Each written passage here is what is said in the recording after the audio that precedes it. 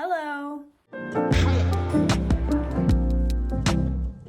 It's Rami, and it's one of those days where I am just really craving going to a huge bookstore, like a gigantic bookstore. Like, I want to be engulfed in books. I want my entire eye line to be books. If only I could just snap my fingers and be at the largest bookstore in the world. Wouldn't that be nice? If I could just go.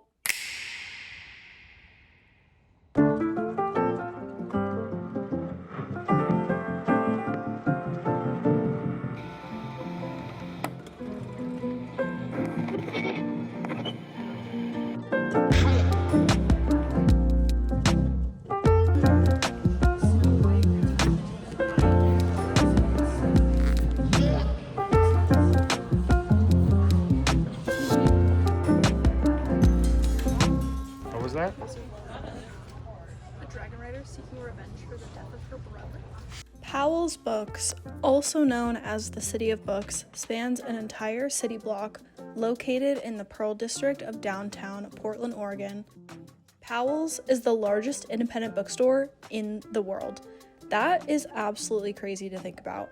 This bookstore is 4 floors and stuffed full of over 500,000 books. Some background and history on Powell's.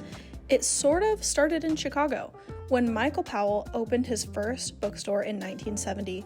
His father, Walter Powell, worked one summer with Michael in the Chicago store. He loved it so much that when he came back to Portland, he decided to open his own used bookstore. Michael eventually moved to Portland and joined his father at the Powell's bookstore location, which gained its reputation by being unconventional, mixing new and used, hardcover and paperback books on the same shelves. 4 decades later, Powell's continues as a third-generation family-owned business with Emily Powell at the helm. I think that is such a beautiful and inspirational family story.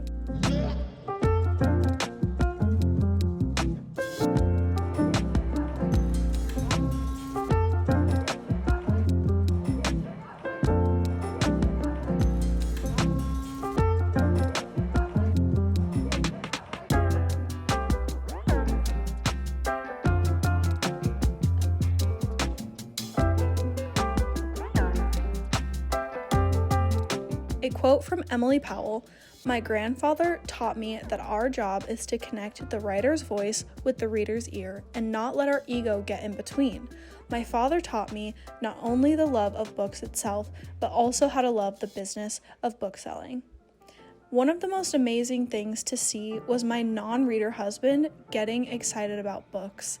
This store has something for everyone, and he came home with his own stack of books, which I think is wonderful. And then some, and then some, and then Get some. any classics? I did. Okay. And then there's a coupon in here. Wonderful. There we go. Do you need a bag today? Yeah, Sure. I think so. Okay.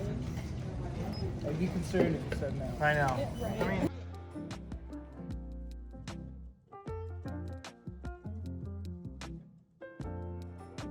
We came and we conquered. $187 worth of books later with a 50% discount. Oh my gosh. Okay, we are back home. We have some books to go through. I kind of shopped until I dropped, not gonna lie. When in Rome, when in Powell's. You just gotta do what you gotta do. I feel like I got some really exciting ones. I got a copy of Man's Search for Meaning by Viktor E. Frankl. This one was actually recommended to me by my therapist, so I'm really excited to read it. I also just got the book via audio on Libby, so I want to listen to it, read, highlight, take notes. But I just love this edition of the book.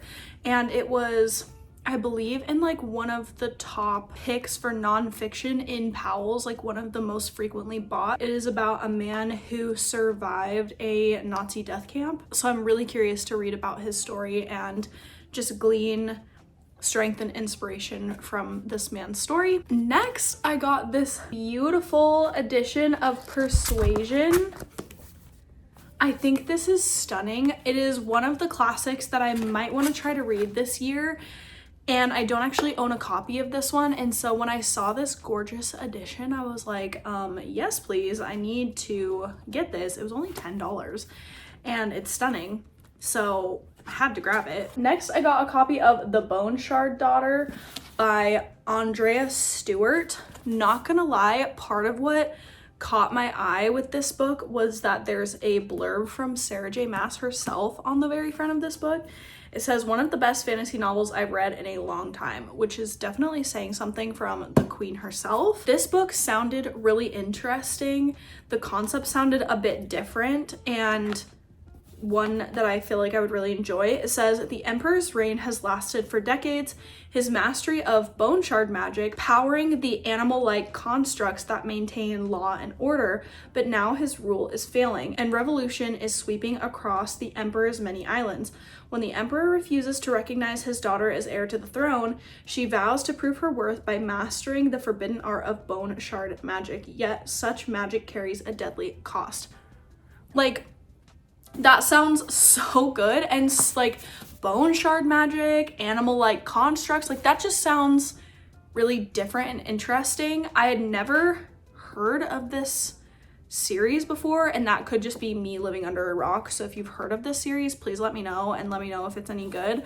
But the back had me very intrigued. So, and it's been a while since I like just picked up a book off the shelf, read the back, and was like, oh, I definitely want to read that. So had to pick that up.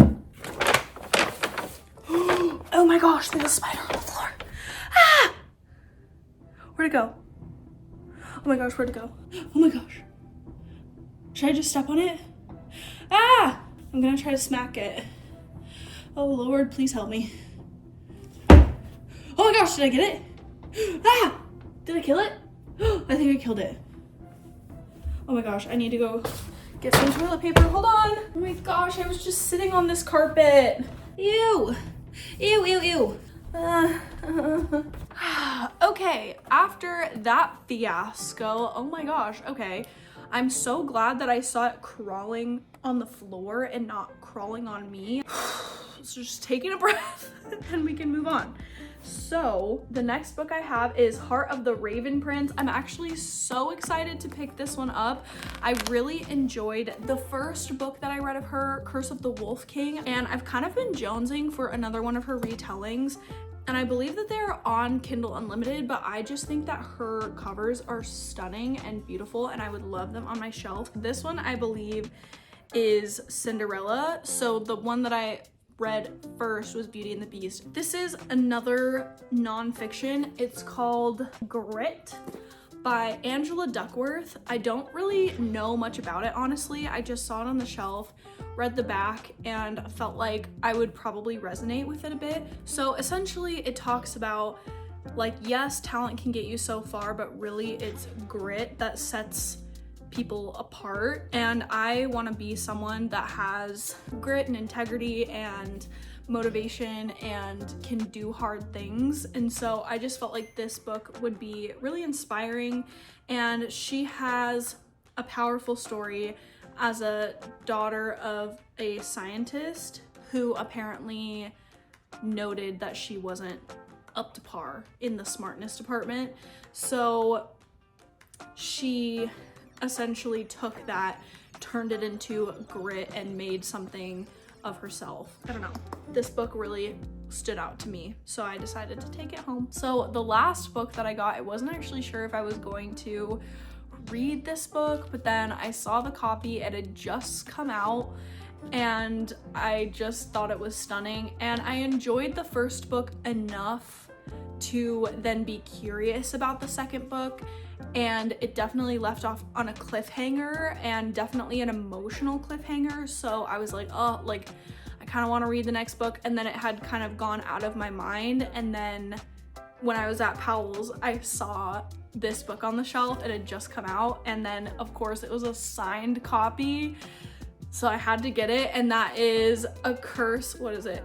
A Curse Carved in Bone. It is book 2, and this copy is just stunning. There you go. There's the signature in red to match the red book. Oh, I really like her signature. It's so swoopy. I'm curious about Freya's story and how it ends, so I kind of had to pick this up. It was sitting there tempting me on the shelf. I really feel like it was a good haul.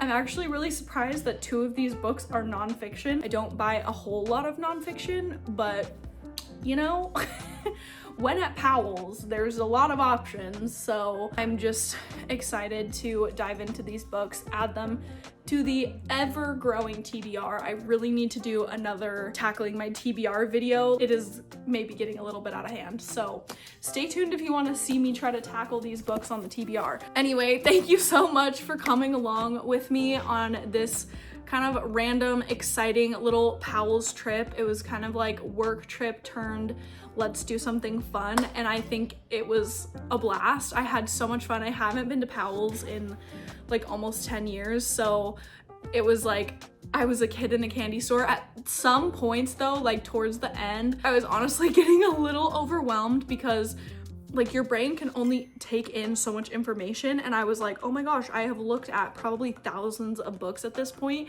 and they all seem good and they're all like in my brain, and I was trying to make decisions, and I just, well, I didn't want to go too crazy, you know, like I feel like I did pretty okay. Ooh, oh, I'm so sorry. Let's see. 1, 2, 3, 4, 5. Wait, really? No. 1, 2, 3, 4, 5, 6. 6 books. I mean, for Powell's, I don't know. I feel like that's not too bad. Am I just validating myself? I don't know. Thank you so much for watching. Please like and subscribe if you would like to see another one of my videos, and I will see you in my next video. Happy reading. Bye.